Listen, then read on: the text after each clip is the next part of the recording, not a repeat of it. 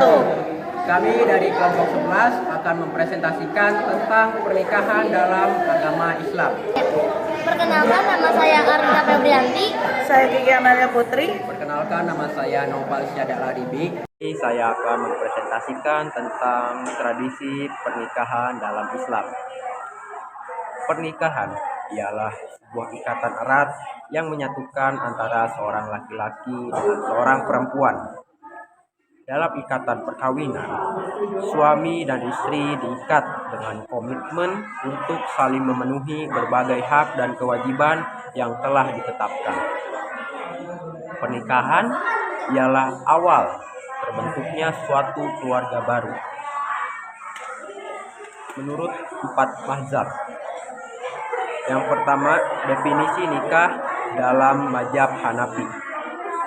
Menurut ulama dalam mazhab ini, mendefinisikan nikah adalah sebagai akad yang berakibat pada kepemilikan dalam suatu hubungan. Nikah adalah akad yang diucapkan dengan menggunakan kata ankah atau tajwid untuk kesenangan berhubungan. Juga ada dalil as-sunnah yang diriwayatkan oleh Abdullah bin Mas'ud radhiyallahu anhu dari Rasulullah Shallallahu alaihi wasallam bersabda, "Wahai para pemuda, barang siapa di antara kalian memiliki kemampuan, maka menikahilah, karena itu dapat lebih baik menahan pandangan dan menjaga kehormatan. Dan siapa yang tidak memiliki kemampuan itu, maka hendaklah ia selalu berpuasa, sebab puasa itu merupakan kendala baginya." Hadis riwayat Muslim. Syarat dan rukun pernikahan. Rukun nikah, ulama sepakat bahwa rukun perkawinan itu terdiri atas yang pertama, adanya calon suami dan istri yang akan melakukan pernikahan. Yang kedua, adanya wali dari pihak wanita. Yang ketiga, adanya 2 orang saksi. Yang keempat, adanya sikhhat, akad nikah. Dan Imam Syafi'i mengatakan bahwa rukun nikah itu ada 5 macam. Yang pertama, harus adanya calon pengantin laki-laki, adanya calon pengantin perempuan, adanya wali di setiap pengantin, dan 2 orang saksi, sikhhat, akad nikah, dan lain-lain. Syarat-syarat rukun nikah secara yang pertama, syarat-syarat kedua mempelai, yaitu calon mempelai laki-laki. Syariat Islam dalam menentukan beberapa syarat yang harus dipenuhi. Calon suami yang beragama Islam pastinya terang jelas bahwa calon suami itu benar-benar berkelamin laki-laki. Orangnya diketahui dan tertentu.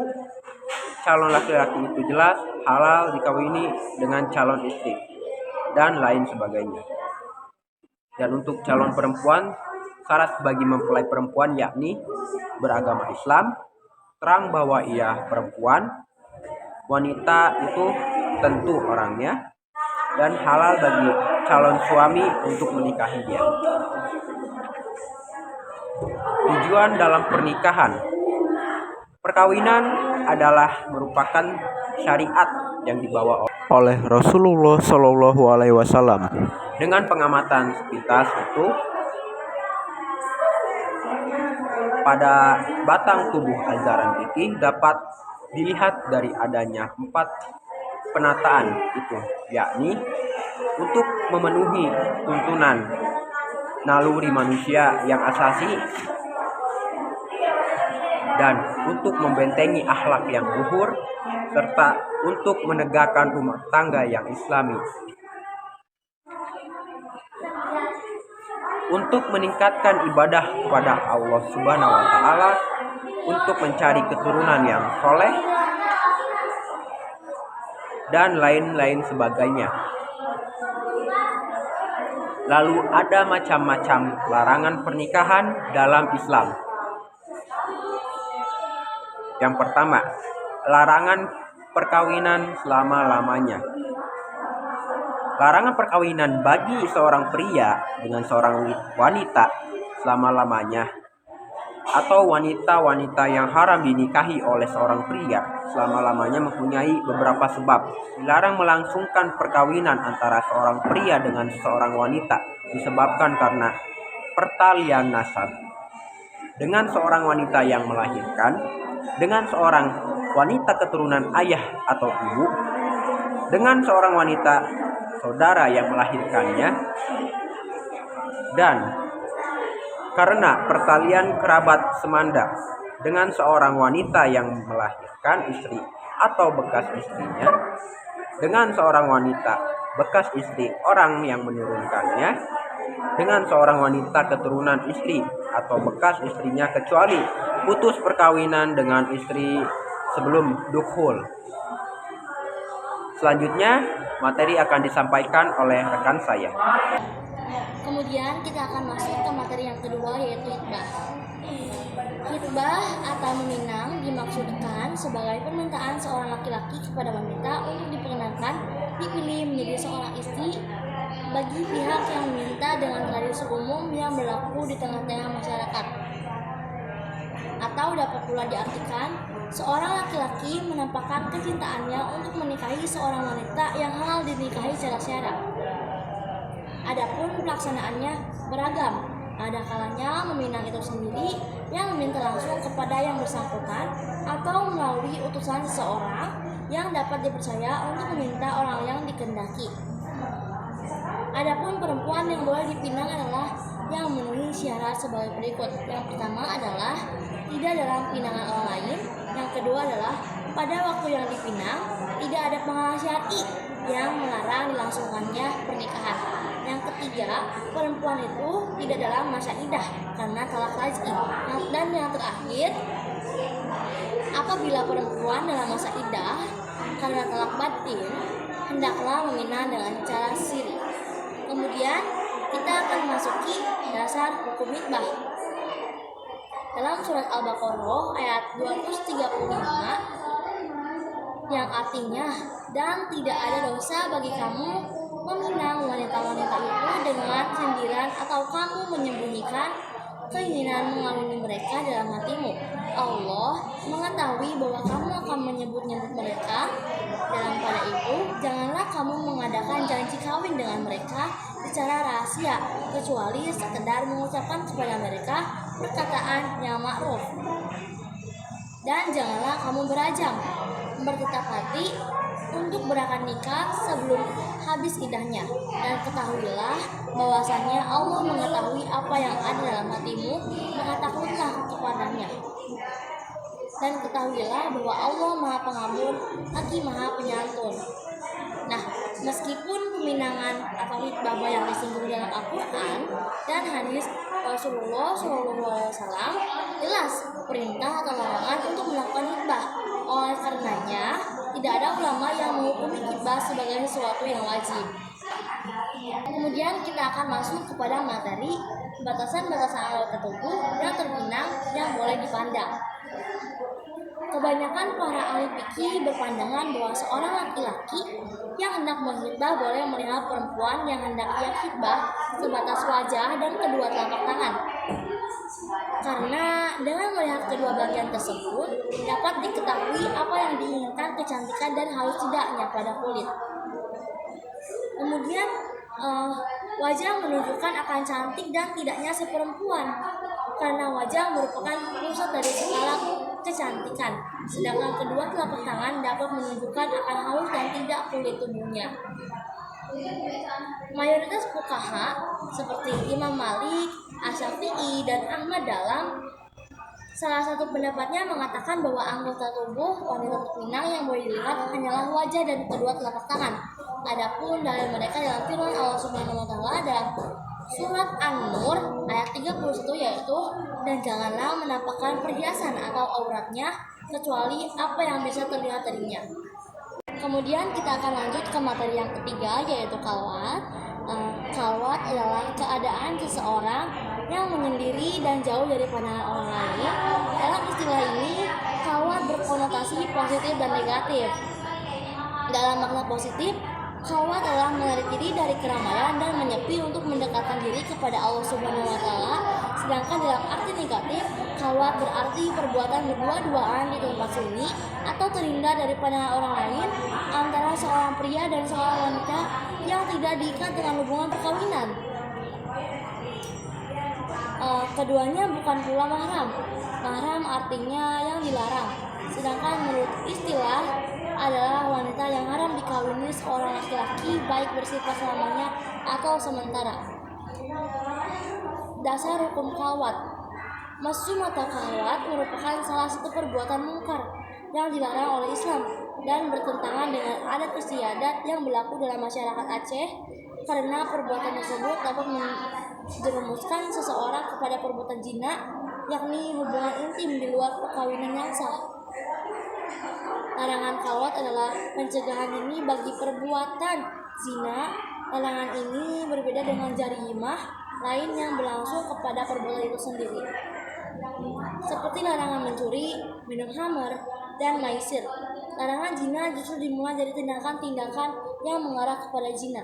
Hal ini mengindikasikan bahwa perbuatan zina terjadi disebabkan adanya perbuatan lain yang menjadi penyebab terjadinya zina. Adapun salah satu hadis tentang larangan berduaan yang bukan mahram adalah sebagai berikut.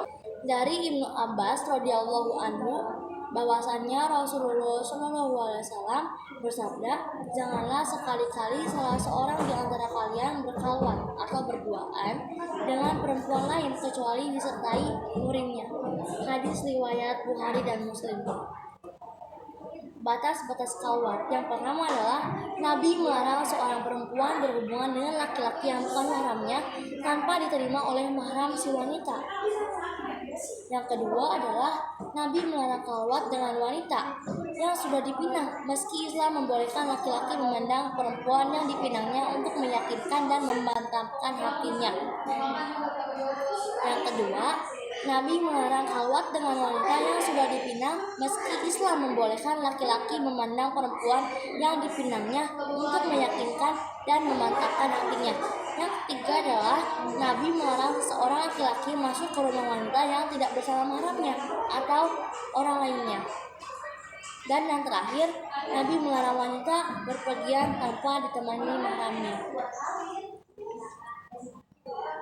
Untuk materi yang keempat, yaitu tradisi pernikahan adat Jawa, akan dibacakan oleh teman saya.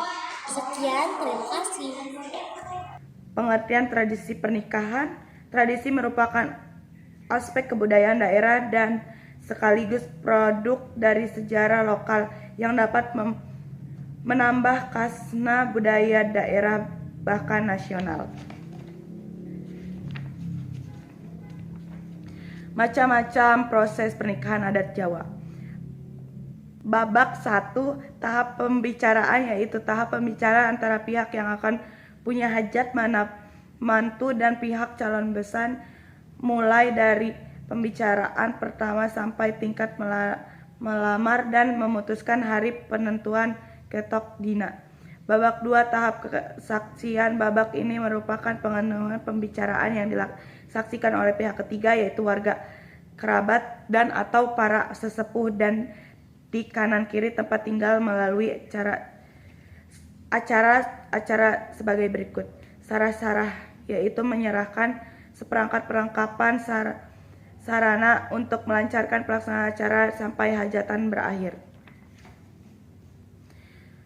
Peningsetan, yaitu lambang kekuatan ikatan pembicaraan untuk mewujudkan dua kesatuan yang ditandai dengan tukaran cincin atau kedua calon pengantin.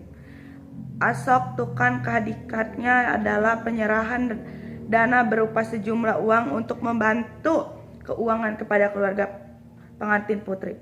Ketok dino menetapkan kepastian hari untuk ijab kabul dan resepsi. Babak ketiga, tahap siaga. Pada tahap ini yang akan punya hajat mengundang para sesepuh dan sanak saudara untuk membantu panitia guna melaksanakan kegiatan acara-acara pada waktu sebelum, bertepatan dan sesudah hajatan. Sedadah, yaitu cara mulai merakit sampai membagikan undangan. Dikumbarkan pertemuan membentuk panitia hajatan menantu dengan cara pemberitahuan dan permohonan buatan kepada saudara, keluarga, tetangga, handat, taulan, dan kenalan.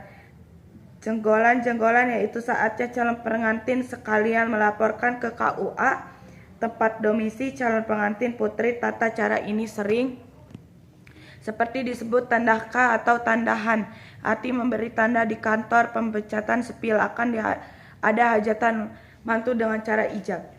4 babak tahap rangkaian upacara. Tahapan ini bertujuan untuk menciptakan nuansa bahwa hajatan mantu sudah tiba. Ada berapa cara dalam tahapan ini, yaitu tarub, inti, keselamatan, pengantin, tuhan. Janur harap agar pengantin memperoleh nur atau cahaya terang dari Yang Maha Kuasa.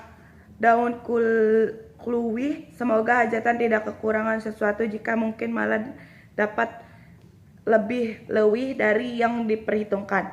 Daun beringin dan ranting-ranting diambil dari kata ingin, artinya harap, cita-cita, atau keinginan yang dalam mudah-mudahan selalu terlaksana. Daun dadap, serep, berasal dari suku kata serep, artinya dingin, sejuk, teduh, damai, tenang, tidak ada gangguan apapun. Sesuntai pari sewuli melambangkan semakin berisi, semakin merunduk, diharap semakin berobot dan berlebih, hidup semakin ringan, kaki dan tangannya, dan selalu siap membantu sesama yang kekurangan. Cengkir, gading, air kelapa muda, banyu dengan adalah air suci bersih, dan dengan lambang ini harap cinta mereka tetap suci sampai akhir hayat. Setunduhun gedang raja suluhan, setanda pisang raja, semoga kelak mempunyai sifat seperti raja hembang para marta, mengutamakan kepentingan umum daripada kepentingan pribadi. Tebu wulung watang batang, tebu hitam kemantapan hati, anteping kalbu, jika sudah mantap menentukan pilihan sebagai suami atau istri, tidak tengok kanan kiri lagi. Kembang lan wong kapas, bunga dari buah kapas, harapan agar kedua pengantin kelak tidak kekurangan. Sedangkan penggang dan papan selalu pas, tetap tidak pas-pasan. Kembang setan dibongkar, bunga setama yang ditanam di air dalam bongkar, harapan agar kehidupan kedua pengantin selalu cerah ibarat bunga ditanam. Presentasi dari kelompok kami, kurang lebihnya mohon maaf. Wassalamualaikum warahmatullahi wabarakatuh.